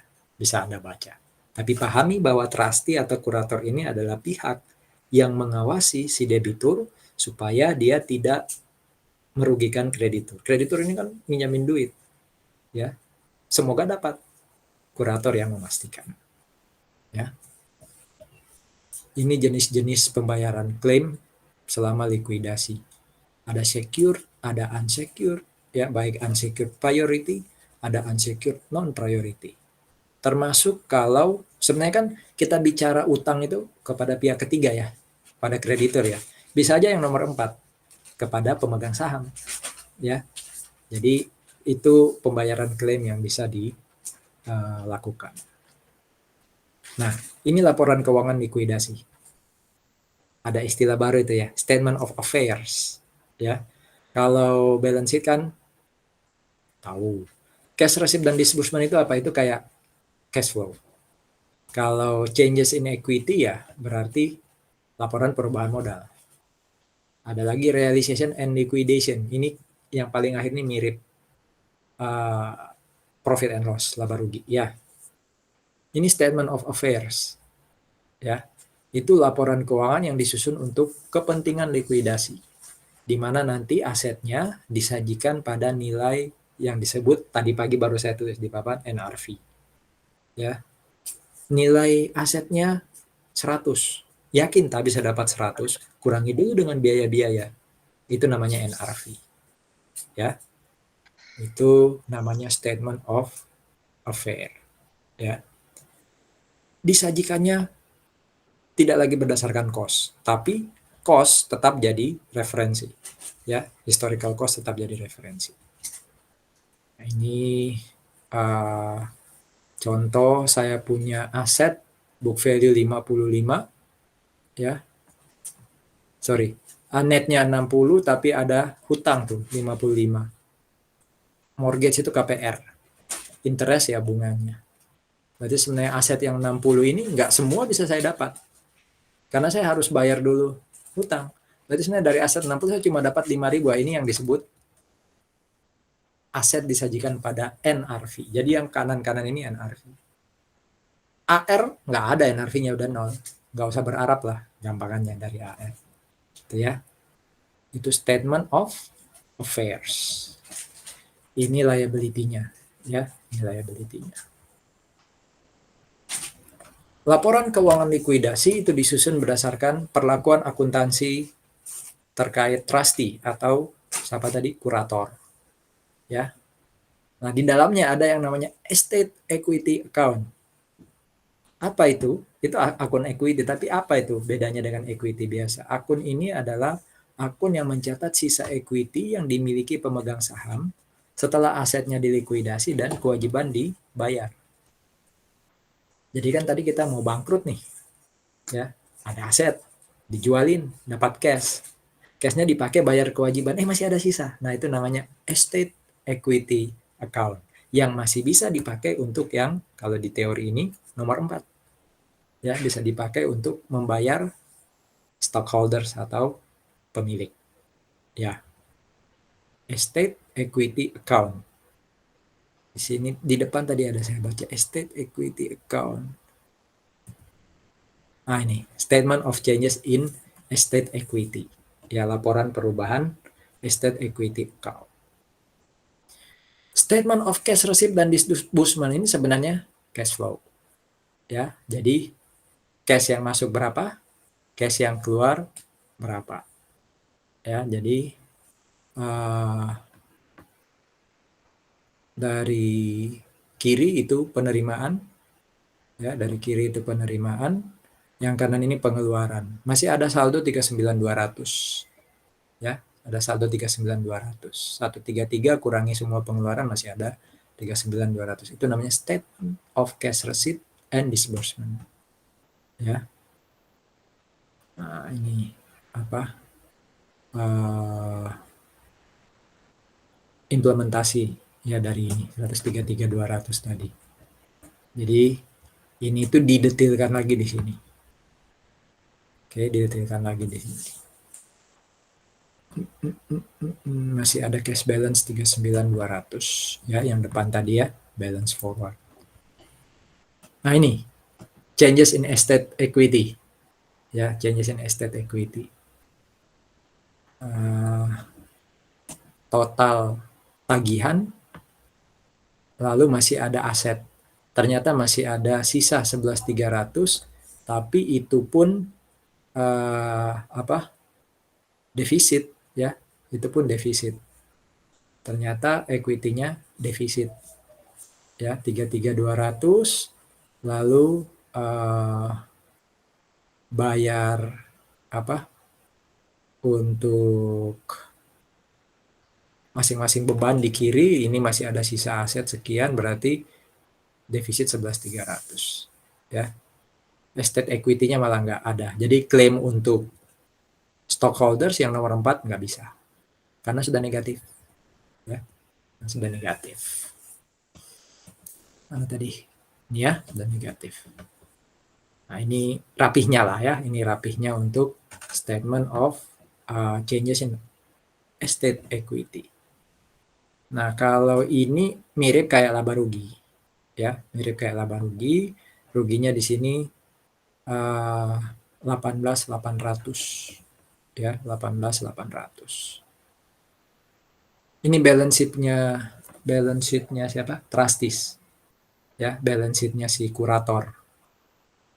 Ya, jadi balance sheet-nya perusahaan yang nanti akan pilotkan. Ya.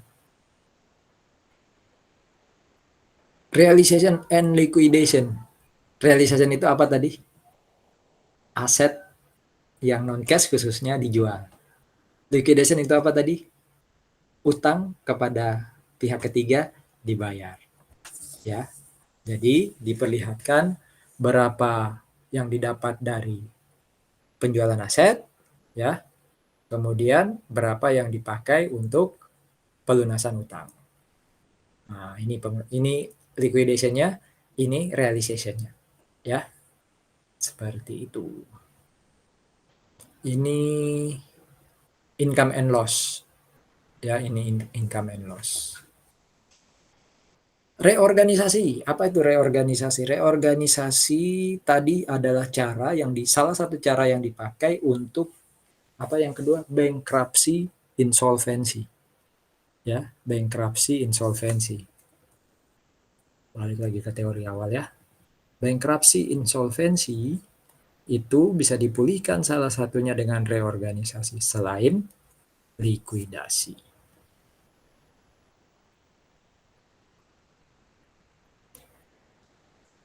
Mengurus pilot itu lama dan makan biaya. Saya pernah punya seorang kolega, teman gitu ya. Dia kreditur sih. Ya. Jadi dia kontraktor, bangunin proyek, bangunin gedung. Perusahaan ownernya gedung bangkrut. Lah dia udah keluar biaya. Akhirnya dia ajukan pilot. Wah, saya nggak tahu ya berhasil apa enggak, tapi cukup lama. Hampir tiap hari minta izin dari kerjaan untuk ke pengadilan mengurus pilot. Ya. Terus bisa jadi perusahaan nggak dilikuidasi. Ya. Tetap ada keputusan dan pengawasan dari pengadilan. Jadi reorganisasi ini salah satu cara untuk kalau ternyata likuidasi itu tidak efektif. Ya. Jadi apa yang dilakukan? Kewajiban dan ekuitasnya direstrukturisasi. Restrukturisasi itu artinya apa? Kewajiban kalau bisa sudah jatuh tempo diperpanjang. Bunganya yang mungkin awalnya 6 bisa nggak dibuat jadi 4? Atau kalau perlu dihapus. Itu restrukturisasi namanya. Aset-asetnya direvaluasi. Ya. Logikanya gini. A sama dengan L plus E. Jelek udah nih kondisi perusahaan. Bisa-bisa pilot. Nah, supaya nggak pilot tadi, bankruptcy insolvensinya adalah selain dilikuidasi, asetnya dinaikin nilainya dengan cara apa? Nilailah asetmu pakai harga sekarang. Apalagi kalau Anda punya aset-aset properti kayak tanah bangunan. Ya, kalau Anda nilai dengan harga sekarang naik tuh. Kalau A naik, berarti kan E-nya ikut naik. Jadi lebih bagus sekarang kondisi laporan keuangan kita. Ya. Nah, nanti dengan adanya reorganisasi, return earning-nya jadi 0. Awalnya defisit. Ya, awalnya negatif, sekarang jadi 0. Ya, itu tujuannya reorganisasi. Perusahaan tetap beroperasi tapi dikelola oleh trustee ya atau debitur. Bisa debitur loh yang jalankan, debtor in possession. Negosiasi dengan kreditor ya. Jadi si debitur nanti negosiasi dengan para orang yang minjemin duit ya, pemegang saham dan pihak lain. Ada penilai, appraisal namanya, untuk menilai asetnya debitur. Kan mau direvaluasi tadi. Ya. Saat melaporkan kepailitan, perusahaan menutup buku dan rekening bank yang lama, membuka buku dan rekening bank yang baru. Jadi ngurus pilot, salah satunya nutup rekening dan buka rekening baru. Ya. Dengan persetujuan pengadilan, mencari pinjaman supaya tetap bisa operasi atau efisiensi. Ya. Liabilities pre-petition, dari namanya pre-petition berarti sebelum ada petisi atau upaya untuk bangkrut ya atau pilot, utang-utang yang ada sebelum itu disebut pre-petition liabilities. Ya, pelunasannya lebih rendah daripada nilai yang tercatat dan dilaporkan terpisah. Ya, ada secured dan unsecured. Secured berarti ada jaminan. Kalau unsecured ya nggak ada jaminan. Ya, pre-petition dan post-petition. Post-petition berarti setelahnya dilaporkan seperti biasa. Ya. Untuk income statement, semua biaya reorganisasi disajikan terpisah. Jangan disatukan dengan pendapatan beban yang normal. Ya, beban bunga ya itu juga disajikan terpisah, diungkapkan terpisah. Cash flow yang terkait dengan reorganisasi juga terpisah di cash flow statement. Nah, untuk perusahaan-perusahaan yang bikin laporan keuangan konsolidasi, dia cukup yang ringkas, kondens itu ringkas, nggak perlu detail. Detailnya di mana? Di notes, ya, di notes. Oke, apa yang diungkapkan di sana? Ya, utamanya mengungkapkan receivable dan payable, termasuk kalau ada penghapusan piutang. Reorganization value, memperkirakan nilai wajar perusahaan tanpa mempertimbangkan utang. Ya, dengan cara apa? Future cash flow perusahaan di diskonto itu berarti di present value kan. Ya, ditambah dengan laba penjualan aset yang tidak lagi diperlukan perusahaan. Waktu present value kan butuh R. Ya, discount rate. Oke. Itu didapatnya dari tingkat suku bunga. Kalau saya pinjam duit dan saya rugi, itu berapa persen sih? Nah, itu yang dipakai sebagai R-nya. Kalau di AKM dulu kan diketahui di soal. 6% kah, 8% kah? Ya. Jadi, diskonto itu mencerminkan pelunasan yang akan diterima kreditur. Ya, dan jumlah saham yang akan diterima kreditur. Perusahaan baru bisa menggunakan fresh start reporting dan menyajikan kewajiban pada tadi, present value. Apa itu fresh start reporting? Fresh start reporting tadi, kita reorganisasi, setelahnya itu disebut fresh start, mulai dari awal. Ya, mulai dari awal. Nilai perusahaan hasil reorganisasi harus kurang dari total post petition liabilities. Kalau lebih kan berarti tambah rugi tuh, ya. Pemegang saham dengan hak suara harus menerima kurang dari 50% saham perusahaan baru hasil reorganisasi, sehingga dia kehilangan hak kendali. Ya, jadi bukan 50% lebih lagi. Pelaporan keuangan perusahaan baru tanpa return earning atau saldo defisit, jadi sudah nol. Ya, mengalokasikan nilai reorganisasi kepada intangible asset. Intangible assetnya nanti naik. Ya, kewajiban selain pajak dilaporkan pada nilai tanggal konfirmasi dan menyiapkan laporan keuangan untuk entitas lama. Ini contohnya reorganisasi. Perusahaan ini membuat laporan untuk melindungi kreditor, ya, terkait dengan undang-undang bankruptcy. Ya, TIK perusahaan ini adalah debitur, ya, in possession, jadi dia tetap dijalankan oleh dia sendiri. Ya, balance sheet-nya kayak ini. Ini waktu dia melakukan petisi untuk reorganisasi, balance sheet-nya seperti ini. Ada defisit tuh, 200. Ya, berarti bukan return earning positif, tapi ada defisit 700, sehingga saldo modalnya defisit 200. Ya. 700 berarti rugi terus tuh, atau ngambil dividen terus, akhirnya return earning-nya jadi negatif. Itu yang disebut defisit, ya.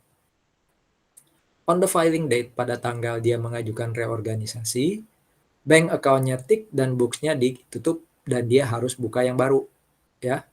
Kemudian dia lakukan tadi restrukturisasi hutang dengan bank, ya. Dengan bank untuk supaya dia tetap bisa beroperasi, ya. Dia tetap beroperasi, kalau bisa hutangnya di short term itu jatuh temponya udah pendek tuh, diperpanjang, ya. Selama 2011 tidak ada liabilities yang dibayar dan tidak ada bunga yang muncul, ya. Pengadilan niaga, pengadilan bankruptcy memperbolehkan tik untuk investasi 100.000 di equipment yang baru. Equipment ini punya umur 5 tahun, pakai straight line, ya. Depreciation expense 50, di mana equipment rate-nya 60 per tahun yang lama. Amortisasinya 50.000 per tahun. Semua cost terkait bankruptcy diakui sebagai cash dan dibayar. Diakui sebagai expense dan langsung dibayar. Ini, ya, utang-utang dia, kewajiban dia tuh 600, 150, 90, 260, ya, 1.200, yang 15% ini, itu direklas. Jadi namanya liability subject to compromise. Jadi tetap utangnya ada 2.300 tapi namanya dirubah, ya. Compromise itu berarti akan di restrukturisasi, akan direorganisasi. Ini income statement-nya, ya. Ini income statement-nya. Oke. Ini balance sheet-nya per 31 Desember 2011, ya. Kalau ini 5 Januari 2011, kita lihat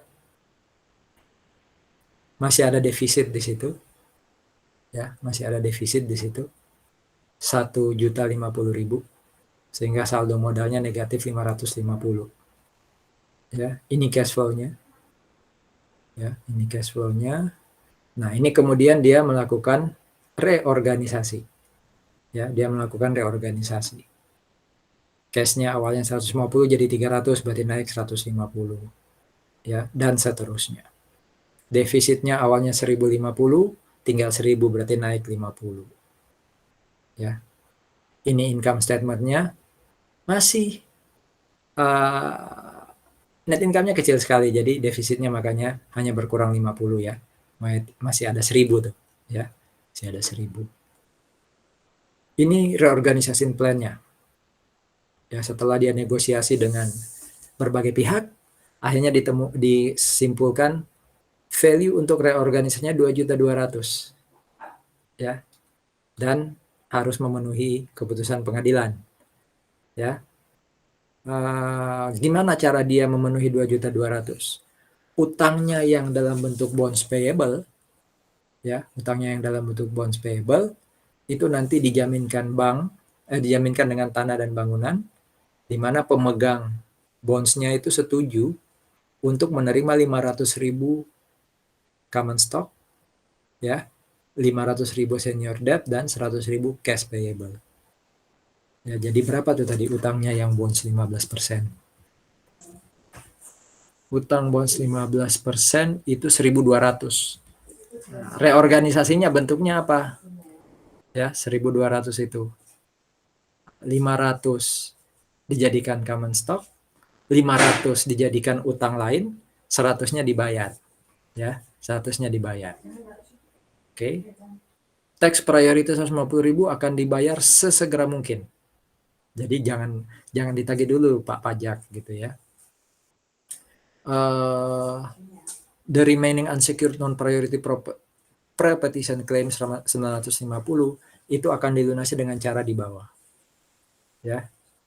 Yang interest forgiven, dihapuskan. Yang creditor represented by accounts payable we receive 275.000, ya, dan diganti dengan saham. Jadi tidak dibayar tapi diganti dengan saham. Notes payable 260.000.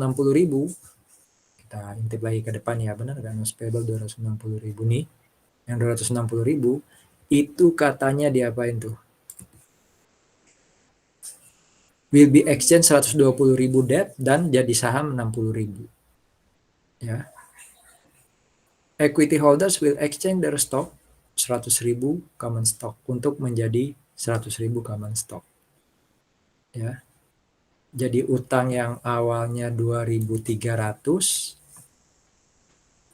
tadi ada ya. Liability to compromise 2.300. Kemudian sekarang bertambah 55.000. Nih. Bertambah 255.000 di sini. Ya kan? 75, 125 dan 55 sehingga utangnya menjadi 2.555. Nah, tadi dia dapat dana segar, tidak dalam bentuk cash murni ya, tapi paling nggak bisa ngurangin hutangnya, ya, sehingga hutangnya sekarang tinggal 355, 2.200.000 kan tadi ya, nih, dia dapat persetujuan untuk mereorganisasi sehingga hutangnya tinggal 355. Dari mana 2.200.000 itu didapat? Dari sini, ya, dari sini. Sesuai dengan informasi yang ada di nomor 1 sampai 4. Ya, nomor 1 sampai 4. Oke, itu yang namanya reorganisasi. Ya, di dalamnya ada restrukturisasi. Nah, ini jurnal-jurnalnya nih. Accounts payable yang tadi ada, pre-pay petition ya sebelum mengajukan reorganisasi tadi di debit ya dan seterusnya. Diganti dengan ikuti soal ini aja. Ya, diganti dengan yang baru. Ada common stock 500.000 contoh ya. Tuh. Mana common stock? Ya. Common stock 500.000. Senior debt 500, common stock dan semacamnya.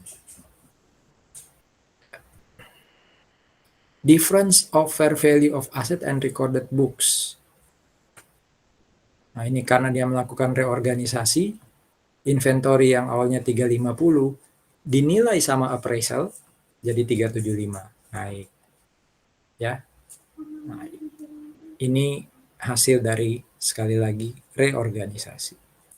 Makanya inventorinya di debit tuh 25. Tanahnya di debit 100. Ya. Buildingnya berkurang, equipment dan paten berkurang di kredit semua tuh. Ya. Di situ ada rugi 105 di debit. Ya. Loss-nya kemudian di kredit, defisitnya di kredit, nah nanti ada reorganization value. Ya, 250 gain dan juga additional paid in capital. Effect of reorganization plan.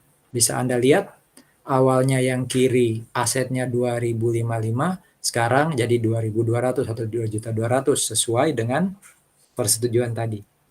Modalnya sebentar. Yang awalnya tadi defisit 1.000 ya, sekarang udah 0. Tadi defisit 1.000 kan sudah 0 tuh. Ya. Akibat dari reorganisasi. Memang chapter ini saya akui tidak ideal. Ya, Anda berharap ada hitungan yang jelas, tapi lebih banyak pada proses untuk likuidasi, memperlihatkan hasil laporannya. Ya, jurnalnya tinggal dikit-dikit tadi di akhir. Silakan, ada pertanyaan chapter 17 atau chapter 18 yang barusan selesai, saya segera